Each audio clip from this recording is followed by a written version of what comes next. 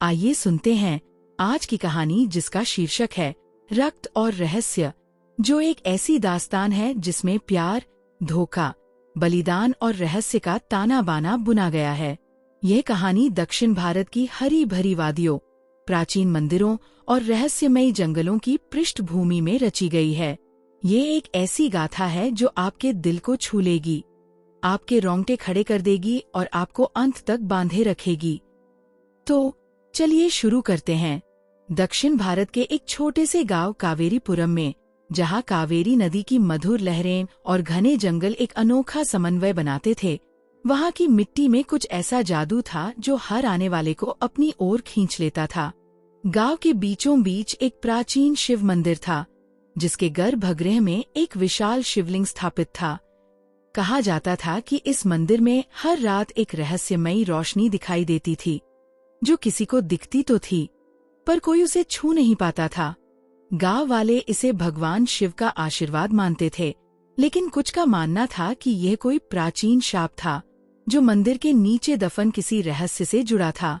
इसी गांव में रहता था रवि वर्मा, एक नौजवान जिसके चेहरे पर सूरज की तरह तेज था और दिल में समंदर की तरह गहराई। रवि एक सामान्य किसान का बेटा था, लेकिन उसकी आंखों में कुछ बड़ा करने का सपना था। वह गांव के उस मंदिर का रखवाला था और हर सुबह सायं मंदिर की साफ सफाई और पूजा का जिम्मा उसी का था। रवि का जीवन सादा था, पर उसका मन हमेशा उस रहस्यमयी रोशनी के पीछे के सच को जानने के लिए बेचैन रहता था। एक दिन जब सूरज डूब रहा था और मंदिर की घंटियां हवा में गूंज रही थीं, रवि ने मंदिर के गर्भगृह में एक अजीब सी किताब देखी। ये किताब पुरानी थी, उसके पन्ने पीले पड़ चुके थे और उस पर विचित्र नक्शे और प्राचीन लिपि में कुछ लिखा था। रवि ने जैसे ही किताब को छुआ, उसे एक झटका सा लगा और उसके सामने एक दृश्य उभर आया। एक औरत, जिसके चेहरे पर दर्द और आंखों में आग थी, चिल्ला रही थी, ये रक्त का शाप है, इसे कोई नहीं तोड़ सकता।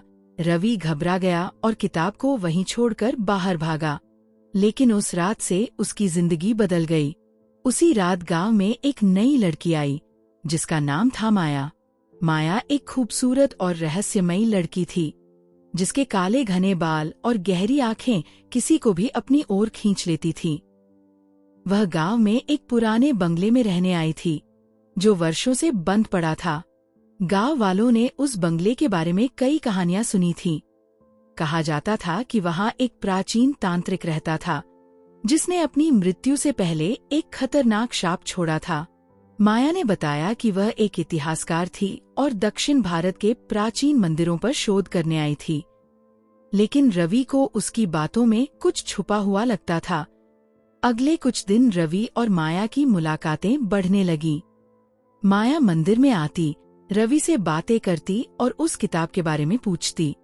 रवि ने पहले तो उसे टालने की कोशिश की, लेकिन माया की जिद और उसकी आंखों की चमक ने उसे मजबूर कर दिया।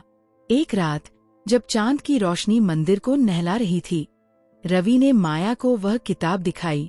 माया ने किताब को देखते ही कहा, ये वही है, ये किताब रक्त संहिता है, जो सैकड़ों साल पहले एक तांत्रिक ने लिखी थी।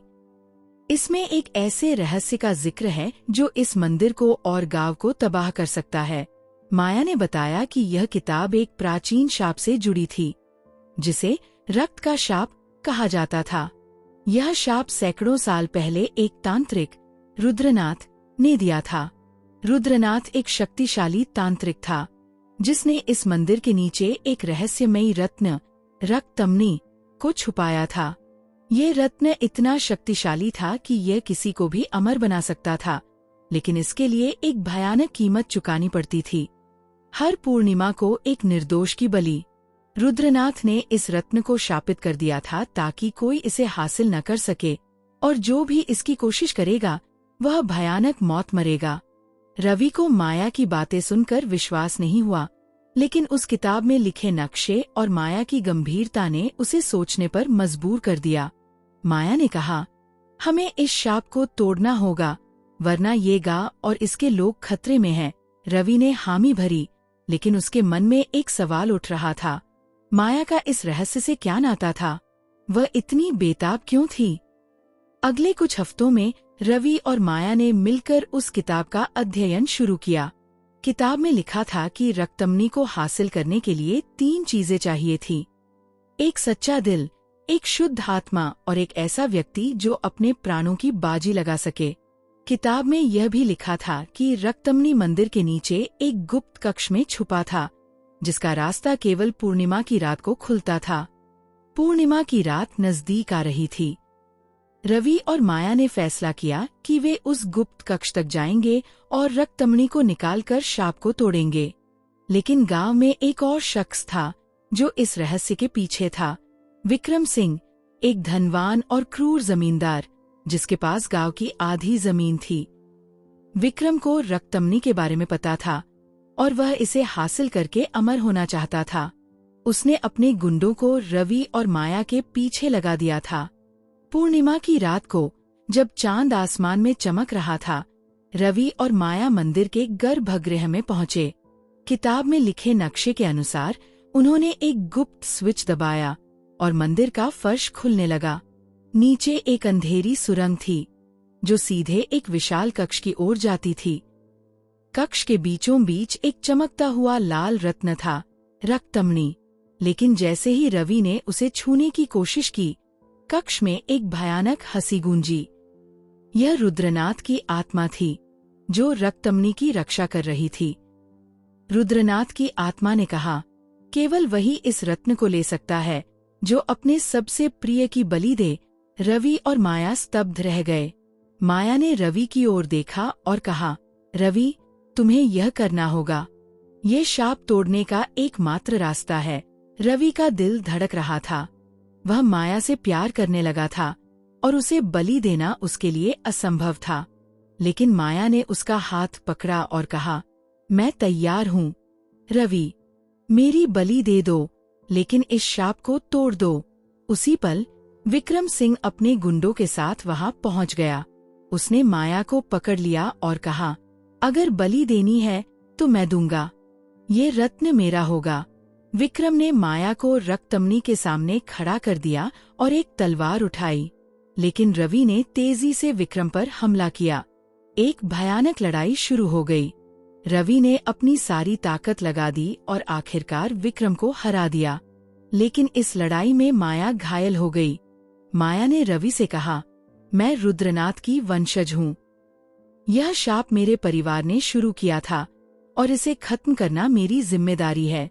मेरी बलि दे दो। रवि की आंखों में आंसू थे। उसने माया को गले लगाया और कहा, मैं तुम्हें नहीं खो सकता। लेकिन माया ने उसका हाथ रक्तमनी पर रखा और कहा, ये सच्चा प्यार है रवि। बलिदान के बिना शाप नहीं टूटेगा। अचानक रक्तमनी चमकने लगा। रुद्रनाथ की आत्मा फिर से प्रकट हुई और बोली, तुम्हारा प्यार और बलिदान इस शाप को तोड़ने के लिए काफी है। रक्तमनी एक तेज रोशनी में बदल गया और गायब हो गया। मंदिर की दीवारें हिलने लगीं और वह गुप्त कक्ष ढहने लगा। रवि ने माया को गोद में उठाया और बाहर भागा। जैसे ही वे बाहर निकले, मंदिर का वह हिस्सा पूरी तरह ढह गया। गांव वालों ने रवि और माया को देखकर राहत की सांस ली। माया की जान बच गई थी, लेकिन वह कमजोर थी। रवि ने उसकी देखभाल की और धीरे धीरे वह ठीक हो गई। गांव में अब वह रहस्यमयी रोशनी नहीं दिखती थी। शाप टूट चुका था, लेकिन रवि और माया के दिल में एक नया बंधन बन चुका था, प्यार और विश्वास का बंधन। विक्रम सिंह को गांव वालों ने सजा दी और उसे गांव से निकाल दिया। रवि और माया ने मिलकर उस प्राचीन मंदिर को फिर से सजाया और उसे एक नई शुरुआत दी। गांव वाले अब उस मंदिर को प्यार का मंदिर कहने लगे, क्योंकि यहाँ एक सच्चे प्यार ने शाप को तोड़ा था। कहानी यहीं खत्म नहीं होती। यह कहानी हमें सिखाती है कि सच्चा प्यार और बलिदान किसी भी शाप को तोड़ सकता है। यह हमें बताती है कि जब दिल में विश्वास और हिम्मत हो तो कोई भी मुश्किल असंभव नहीं।